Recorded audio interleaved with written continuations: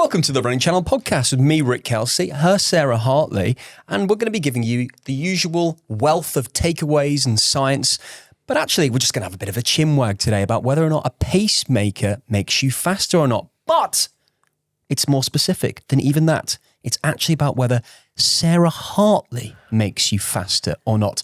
And for that very reason, we've subbed in Tom for Andy, as he's had some very recent experience of this. Right, okay. Firstly, hang on. I did not agree for this to be a podcast where I get the mick taken out of me. And secondly, Tom, why are you wearing a ball cap? Well, I've just Jenny just looked up for the first time. What are you doing? See, the thing is, I got told I was subbing in for Andy, so I thought I'd try and look like him as well. Good God.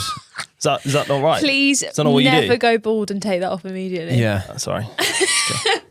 I thought it looked quite nice. Right, well, we're also It's going to almost go... like he's not there. We're also going to go through your questions and the news, but let's get into it. So we like to be honest on this podcast.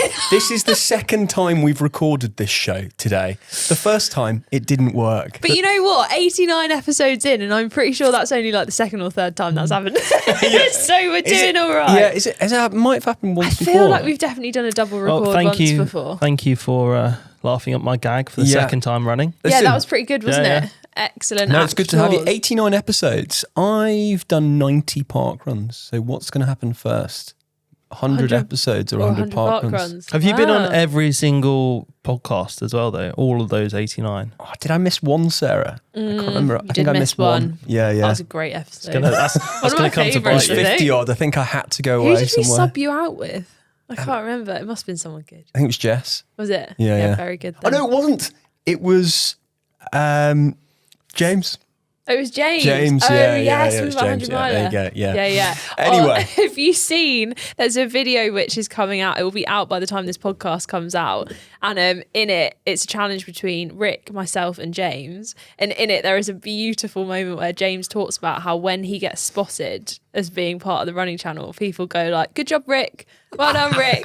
And he's got to the point where he just says like, "Thank you." And we actually caught it on camera, and it's put in that video. It's absolutely brilliant. That is too So good. But how's your week of running been? As you're listening to this, Rick is gearing up to run his first half marathon tomorrow. I'm so excited. I'm running the Oxford Half Marathon. My first half post-surgery. Did I ever tell you I had? Did I ever tell Never, you? you never talk about it. Mentioned Didn't know that. High tibial osteotomy. Yeah.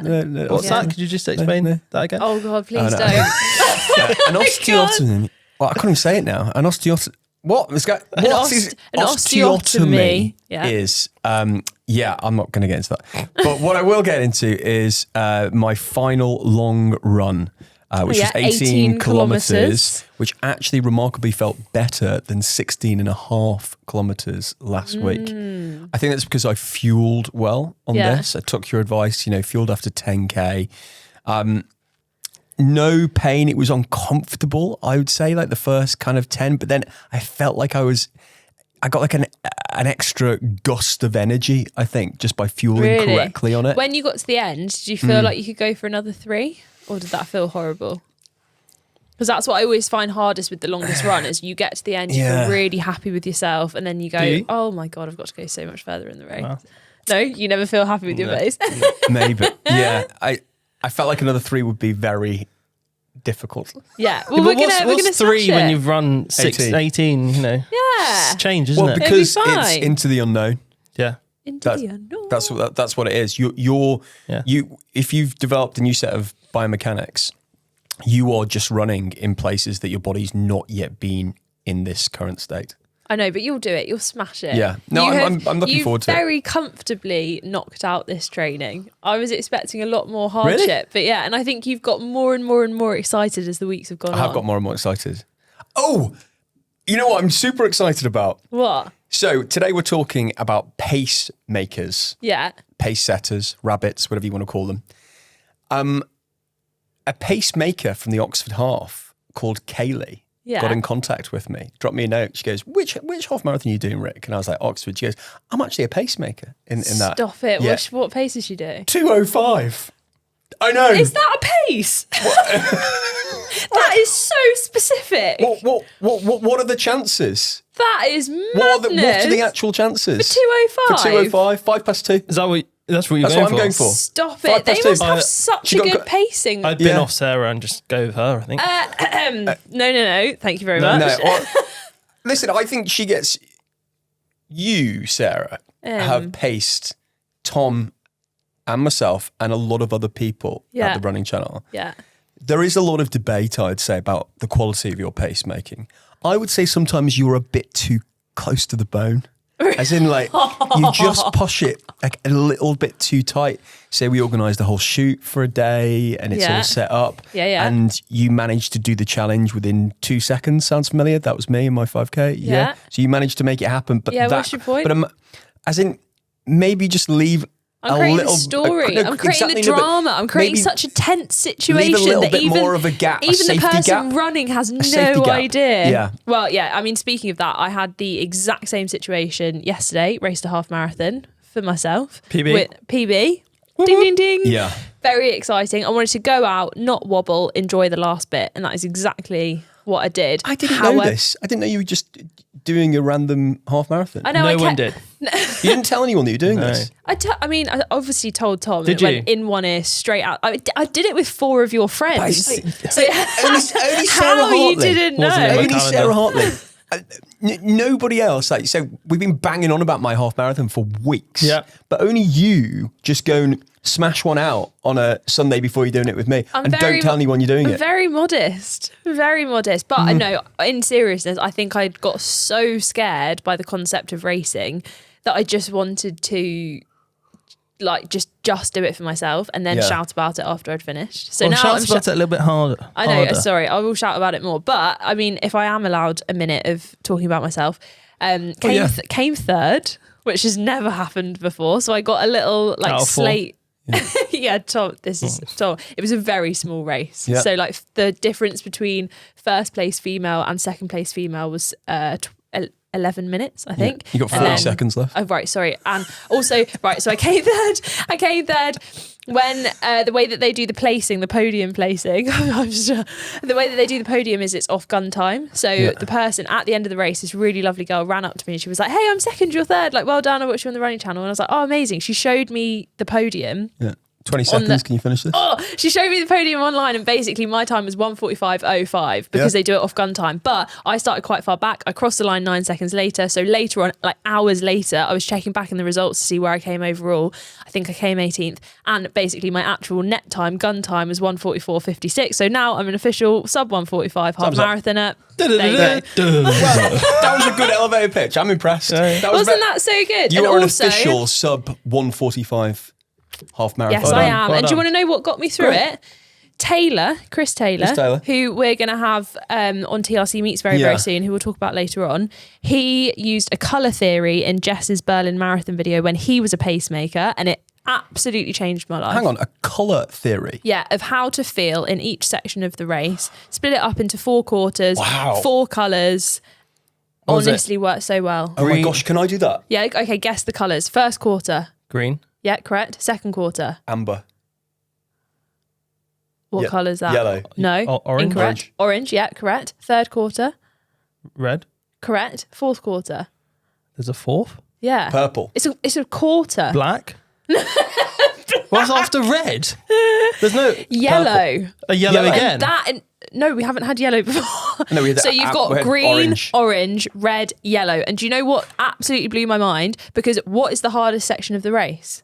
Just before the yellow. The third quarter. Yeah. So that's red, war, you're going into battle. Yellow, light at the end of the tunnel. Blew my mind. That is But anyway, really, that is really Yeah. good. enough about me. How are you, Tom? How's your running going? All right. I haven't been doing much running last week. Yeah, Did a I know. PB. Very 10K. good. Yeah, very well. Did you check the name of the podcast that you were coming on today before you started out? Yeah, did a PB. Had a bit of time off, and now I need to figure out what I'm doing next. What do you want to do next? Some trail stuff, I think. Nice. 10K. That's going to 5K, go really well 5K living in trail central economy. London. Trail shoes, though. Not Yeah. that comfy. Discuss. Well, on the roads, no. But I Not- feel... not very hard. Yeah, but then I feel like if you put a trail shoe on the right surface, lovely. On the right human. Because they're always wider, I find. Yeah. They're just very solid. I just think if you've got, compromised biomechanics, then they can be a tad difficult. Yeah, Well, maybe you just need more of a, maybe you haven't found the Cushioned right one. cushioned Yeah, trail yeah. shoe yet. Or maybe you need an insole that's nice and comfy and cushioned Yeah. into your shoe. Yeah. Well, if anyone has any good trail races in the UK from probably about the start of December, let me know. I'm I up mean, for it. there's a lovely ultra marathon on the 4th of December. That's probably a bit Isn't bit that, advanced. isn't that what producer That Owen's is doing? what producer Owen is Yeah, doing. yeah. It's What's he called the doing? Hurtwood 50K. Yeah. I did it a couple of years ago. Me Whereabouts and is it? Is it in Wales? it's in Dorking. Guildford. It's like, yeah, it's Guildford over.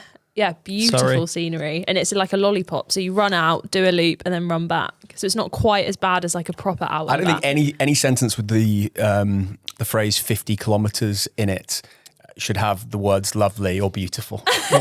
Scenery, beautiful. Your legs, less. Yeah. So afterwards. Anyway, pacemakers. Pacemaking. Right, Yeah. okay. What is, because I know both of you have a problem with me as a pacemaker, but let's go broad. Tom, why do pacemakers exist at the elite end? At the elite end, Yeah. well, I mean, they're there to make sure that the elites hit the pace that they want to go broadly, Hit the right? times. Yeah. Hit the times. Any other reasons? Well, they're to keep track, keep people motivated while they're out there running, but also to keep them to strict times and make sure that they stay on for the desired goal. And a lot of the times the pacemakers will actually be paid by individual athletes to help them run at that time. But the whole concept of pacemakers, do you think of them as two separate types of pacemakers? So the ones that you see for normal people running races, you know, the 2:05, the 2-hour half marathon pace runners, and then the pros. Is that how you see them? Yeah. Well, I mean, it definitely at the pro end as well. It's to stop like kind of excessive tactical racing. So like it's a proper, like, paces are always referred to as like metronomes. And at that end, it is like you're getting paid to do it. It's your job. You are a metronome. It's so precise. Like the difference of a few seconds per kilometre does make a huge difference. Because they don't use a watch most of the time, do they? No, they're so dialed in. But that's what I think makes it harder when like the average runner like me tries to pacemake, is that you will always try and pace something that feels really nice and comfortable for you. But actually, you know that pace far less. So then it becomes a little bit tight to the wire, or you can go off too fast if you lose concentration, because you're concentrating far more than if you were running a PB sometimes, because it's so comfortable that you can accidentally run a bit quicker. Do you reckon if there was no pacemakers in an elite marathon race, as a viewer, it'd be better TV? I think that's a really good question. Oh, because it would be really tactical. Yeah. well, I mean, in the Olympic marathon, You're not allowed pacemakers. Do you remember in a lot of competitions? I don't know if it was Olympics, but there's that ice speed skating. Anyone seen that? Where that team, it's 4 people in speed skating team, and one of them ended up going really fast for the first couple of laps and ended up lapping the entire circuit, and then just stayed at the back. And that's about 20 laps, and that was in like the first 2 laps, and everyone forgot that she had lapped everyone and it was at the back. So then when it was 1 lap to go, everyone started like racing off and stuff like that, and she'd already won. Hang on, and they forgot. Because I was thinking And that pacemakers was really was good watching. specifically a running thing, but actually sometimes they're in some horse races as well, but they're also in speed skating. Really, you can get a pace horse. You can, they have pace making horses for some events. That's pretty cool. Yeah, to keep certain horses. But then you can see that if you ever watch the Grand National, some horses are just kind of, I don't think they have them in the National, but some horses are kind of just running off, and then the other horses without a rider are trying to keep up with them, aren't they? Yeah. But I just thought that was because they'd lost their rider. well, and they were it's just because they've lost their rider. Oh, But right, they're still distracted, aren't they? Right. But the whole Next week we'll hear a next instalment from Horse and Hound from Rick. Hey! How does it always come back to horse and hound? I don't know. Every You week. brought up horses. No, but pacemakers in running yeah. sometimes are paid more than the athletes themselves. Yeah, Some especially pacemaker- if you're in a race where you come 12th, the pacemaker will probably make more money than you. Yeah, some of them are on 6-figure salaries. And actually there's been a few incidents of the pacemaker themselves going, well, actually, no, I feel great in this. I'm actually going to keep going. The Berlin Marathon in 2000, the pacemaker won the race. Love that. Rate that. Well, I mean, if you are at 30k and you feel pretty strong, then why wouldn't you? Just keep going. Yeah. Love it. Like, imagine being the commentary for that must have been so good. Yeah, I remember. Like, they're still there. They're still going. I think they're on the home straight. It happened in London as well. I mean, it was more kind of the early 2000s, I think, but it happened in London where the Pacemaker was just out in front. You know, and they've got pace written on them. They're paid by the event to be there to set a time, or they're paid by an individual athlete. And they just, they get to 22, 23 miles. Well, maybe I've got this. Do you reckon you get paid twice if you want it as well? So you get the pacemaker. No, because you'd be breaking your contract. So all these pacemakers have often got contracts. If they're, were you talking about Philly Bowden took out her own pacemaker to a really lovely guy called Dan. You'll have contracts with individual athletes and they'll be told to drop out at a certain point or run this speed and then go. So if you actually don't drop out and end up winning the race. Imagine you even beat the person who contracted you to do it. Well, that's apparently what. So if you watch like Philly Bowden's video from recap of the Berlin Marathon, they had a briefing where it was like 4 male runners pacing female athletes at the Brandenburg Gate. They had to let them go so that you didn't have a situation where they were kind of coming in first. Well, but I suppose it is difficult, isn't it? And it's probably less difficult to keep time at an elite level than it is on a community level. Yeah. If you watch the London Marathon, sometimes you'll see the 4 hours 20 pacemaker overtake the 4 hours 10 minutes pacemaker. The reason Rick's talking like that is because in the previous recording of this episode, he got that the wrong way around. So you know what? That really helped you out, mate, doing this twice. Thank you so much. I'm so glad that SD card snapped. But yes, and sometimes that happens as well. Like in the previous episode that we recorded that no one will ever hear, Tom made a good point as well, is that you'll have different waves for like really, really big races. So it might be like London Marathon. You've got waves coming in from different places. They will get set off at different times. Then you might have one overtake the other, or you might be in a situation where you have multiple different waves starting from the same place, but you've got a 60-minute 10k pacer in wave 2 and wave 3. So then if you've dropped off the back of the 60-minute 10k pacer in wave 2, then you catch up to the 60-minute pacer in wave 3. It's not the same. It's not the Not the same. No. Done that. You are with the 60-minute pacer, you will not get a 60-minute 10k. But then at our level, not the elite level, Yeah. the pacemaker is different, I think. Because Why? Because at an elite level, they're there just to make sure you hit pace. But I think at our level, they're an emotional support person on the day. Well, I understand that. No, I think Tom's got a point. So they're basically like a glue that people will stick to, because they'll go, if I stick with this crowd, these crowd are going to pull me through to the desired finishing time. It's a bit like when we did the video, we coached 100 runners to a 10k PB. Every group just stuck like glue to their pacer, whether that was you or Mo or Andy. And that's how they got the personal best. Yeah, I do think it's a properly different dynamic as well if it's like one person pacing one person versus like one person pacing a group, because then you have got that like, right, okay, we're a pack, we're going to make it together to the finish. Tom, I want to ask you, we've been in a lot of runs and races together. We have an interesting pacer-pacey dynamic. Do you enjoy being paced by me? Ooh. I'm glad I'm not in the middle. First off, we've probably had our biggest arguments while you've been pacing me. Yeah. I think, which probably sums this whole conversation up. Yeah. But no. I think the overall answer would be no, I don't enjoy being paced by you. And I'll tell you for why. Brilliant.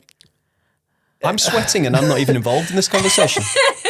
I don't really like having a pacer at all, I don't think, because running for me is a mental battle more than a physical one. Yeah. And I need everything to take it off my mind of running. So like having a pacer there is one less job for me to do, which then I think means that I can worry about that I'm actually running again. And I don't need that because I need as many distractions. So if I need to pace myself, if I need to check myself, clock myself, figure out everything else, I've got less things on my mind. What do you think though? If someone is running with you, how do you want them to treat you in a race? Because that's super different. Like, do you want someone to say you're doing well? Do you want someone to be horrible to you? You'd think I'd want someone to be nice to me. You can do it, Tom. Oh, you're amazing. I want the opposite. Tried that. That did not go well. I want someone to. You paced me Chicago Marathon as well. Yeah. at first 25k, Yeah. I hated you. Yeah. Because you were having Felt fun. that. You were having fun. You were like, oh, just running behind you, so nice, so easy. And then as soon as you said, God, this is a bit hard, isn't it? I was like, oh, we're back. Because I need like I think that was sympathy. I need like the common ground between me and the pacer. But I don't know. I have no idea on the day of how I'm going to feel. Sometimes I could probably be fine. It is hard though when your brain is against you, because I would say the same, like big half that I did with Tito, he's 100% fitter than I am right now, and he got like 141 super quick. Whereas yesterday with Adam, we were so evenly matched. Really? And I think there's a fine line. You need to be either running with someone where you're pacing each other but you're exactly the same fitness, or you need someone where there's no reason why you would tell them to go ahead because their PB is so much faster. So what you need, like on a scale of like the same as you to Andy, I would say in terms of speed, because I think there is that very fine distinction of your brain can go like, oh gosh, I'm holding this person back, and you don't want to have that in a race. You ran with Mo at the London Marathon. How was that? That was good. But I think in that race, I realised that like Mo's just the nicest, sweetest human being ever. And I think I should have told him beforehand, like, if I chicken out, tell me to stop being a wuss. Yeah. Because yesterday, like in the first 10K, I said to Adam, I was like, oh, I'm a bit scared. I'm not sure I can do this. And I can't remember what he said, but it was essentially along the lines of like, shut up. Yes, you can. Carry on. And I was like, cool. Okay, fine. So is that, if that's your character, is that just this type of pacemaker you're going to be? No, because I think, well... Or maybe, I think it's like friends, like maybe. you gel with certain people, right? Yeah, and you like roll out people. You need to take things less seriously when you pace. Like, don't take it to heart. Okay, I although you push things a little bit, close to the wire, Sarah, I actually think you're a half decent pacemaker. And I want you to promise me treasure. Okay, so what do you want me to do in this half? I want you to talk about the treasure at the end. Right, okay. So dangle, fishing rod, bottle of Gavi. Not Gaviscon, Gavi to Gavi. As you're running, talk about the spa that we're going to go to afterwards. This is you're Does it matter if ticking my it's boxes. true? It needs to have some truth to it. Okay, fine. But you can create that. Can I? You can create that. It's all in his rider. Do you want to know the best part of this weekend that I'm really excited about? I don't know what you're going to say, but go on. I've booked dinner for us Saturday night. Have you? Yeah. You might, I know your family's coming, so you might not want to join. But if you do want to join for dinner, we're going to Pizza Express. Oh. Always the best places. Think of the dough balls. Yeah. Okay, well, that's good. So I'll motivate you. I'll give you the promise of the reward. Yeah. I think we're going to have a great time. And I'm so much more into the phraseology now, running the kilometre you're in. I never even thought too much about that before, but now when you get up to the bigger distances, you need to do that. Otherwise, the whole thing can just get away from you and unravel. Yeah, because before you know it as well, you're in the next thing that you were worrying about. Yeah. So it works really well. Right, well, I am so excited for this weekend. It's going to be great. But you're listening to the Running Channel podcast. Now let's move on to the news, followed by your questions.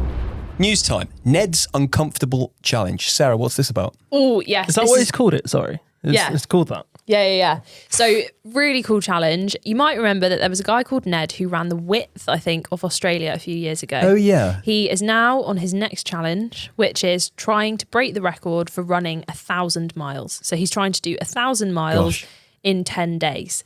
Now, the interesting thing with this is that, and they've actually, if you look at the kind of marketing and social media that they've done for it, they're even talking about how hard this challenge is. I see. So it's big, and this record has stood for a long time, and there's a little bit of controversy about it because people are asking the question of, is it, if he doesn't do it because it's so hard, should he have attempted it in the first place? And it's a hard one because this challenge is so much more than kind of what he's doing on the track. There are people raising money for charity. He's inspiring lots of other people to get out and do a challenge, I think, during this month or within the 10 days that he's doing.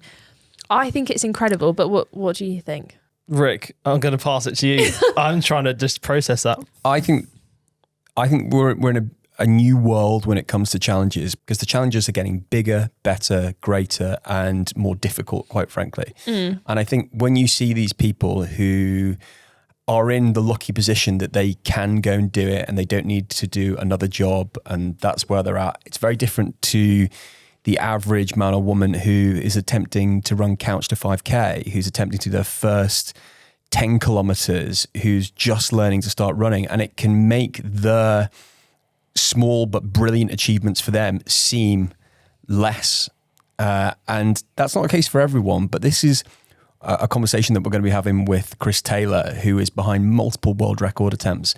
And he's coming on TRC Meets, and he's behind some of the real big ones that you've seen recently.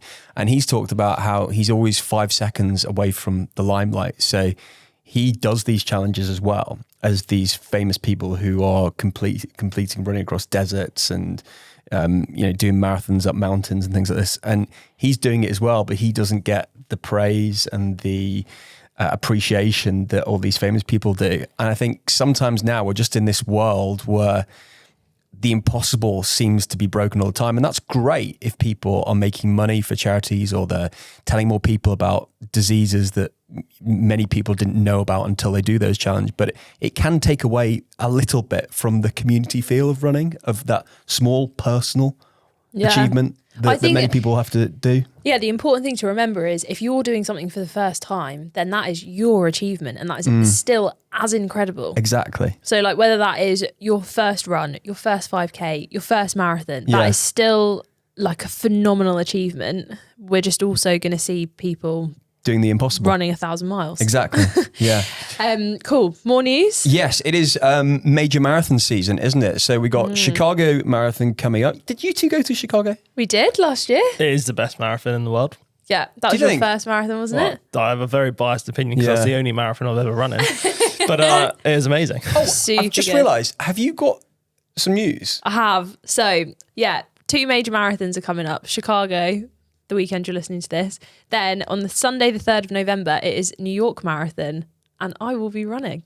No way. Yeah, wow. Very excited. So that's why I'm doing lots of miles, lots of training. Yeah, I mean the flights aren't booked yet, but I'm gonna count this. You're holding out for business class. Yeah, if it goes Funny down the second time around that joke too. So super excited. Who So stay with? tuned for that. Me, myself, and I. So I'll be you're trusting yourself to pace yourself. Yeah, I'll be holding pacing your own myself, GoPro. holding my own GoPro. Wow. If anyone has any tips on how to run New York, because I know it's not a nice flat marathon, which It's quite is what I'm used vibey to. though, isn't it? Yeah, very Big excited vibe. for that. Vibey. Big vibes. Super excited. Should we do some questions? Let's do them. My name's Frank, and I am 23 years old from Germany. What an intro. I want to meet Frank. You've ticked all of Rick's boxes there. One of the races I've signed up for next year is the 24-hour race. When signing up, I had the goal of running 100 kilometers in mind, but after watching your video about the 24-hour race a couple of months ago, I got the feeling that I've wildly underestimated the challenge. How far did you push yourself, and what advice would you give so I can reach my goal? Oh, Tom, how did you find that race? I think that it is definitely achievable. We did it as a group, and it was quite a last minute thing. I think that we decided to do it as a video, and we weren't pushing ourselves to the limit. We had 6 hours sleep. We went to full night's sleep almost.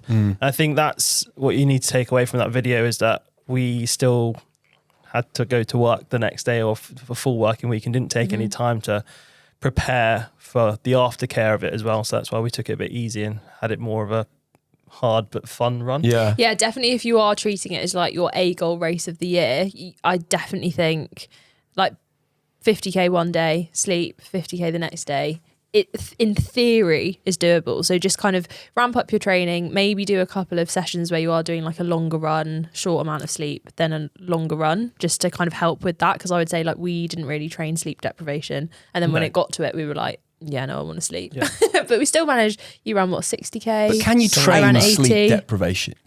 Can you actually train that? I don't know how much it has an effect, but I think you can definitely, if you're going to be, so with these 24-hour races, you can go out whenever you want to, so you can choose when to sleep, when to get up. Right. I think you can definitely get used to that feeling, because mentally, like mentally you can get used to what that's going to feel like. I read a book at university as part of my course about the art of banking sleep. Well done. Banking sleep. Banking sleep, yeah. Right. About how, and it was a debate, but essentially the science came out that, banking sleep is actually possible. That you can, so if you've got a big, 100 mile or whatever coming up, that if in the week before you try and get an extra hour of sleep a night, then it puts you in much better stead for that week rather than practicing the deprivation. Oh, interesting. Because your body is recharging, it's refueling, it's resting, so the muscles are better rested. Maybe then practice, if you are going to practice what it feels like to like run at night or run at funny times, practice that a long way in advance. Yeah. Then get back into a good routine, recover, bank your sleep. Then go. Bank your sleep. That is what ultra runners quite often do. Like in the days leading up to the race, they were like, "Oh, where's this person?" They're napping. They're napping. There's banking. It's like a little Sounds baby. great, doesn't it? So it does sound good. I think that might be some half decent science there. Jeremy from Edinburgh. Hi, Jeremy. This morning, I was getting ready to take my dog for a walk when I noticed I did something rather concerning. Oh, hello. Oh, hello. I went slipper off, sock on, shoe, slipper off, sock on, shoe. I had only noticed I'd done this when I was wearing one shoe and one slipper. My question, is this acceptable? No. In the colder months, when the floor of the house is so cold, please let me know your thoughts on the matter. Thanks.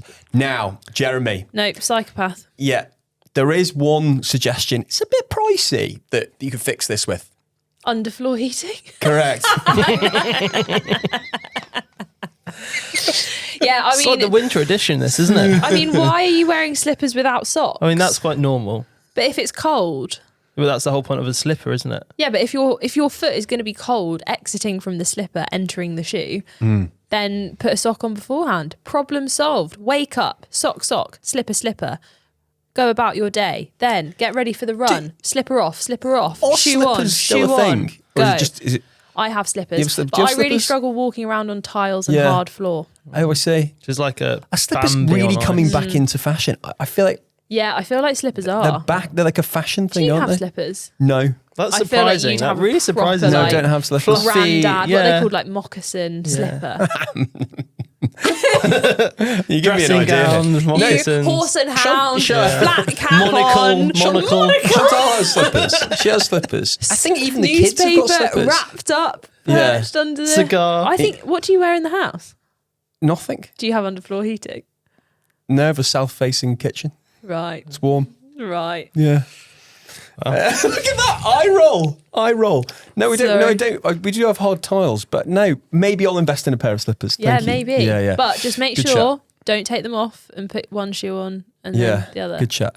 I enjoyed that, Tom. Thanks for coming on. Yeah, thanks, Tom. Yeah. Oh, have I told you before we go about who is coming on TLC Meets? I've told you about Chris Taylor, but Yeah, someone who else. else? Kev Sinfield. Oh, that'll be a good one. Yeah, I know. Very Can't wait. exciting. Yeah, in a couple of weeks' time. So some really, really good guests coming up on TLC Meets, which are like bonus podcasts if you've not yet experienced them. Yeah, but they'll still be in your same feed wherever you get your podcasts. Tom, thanks very much. You're very welcome.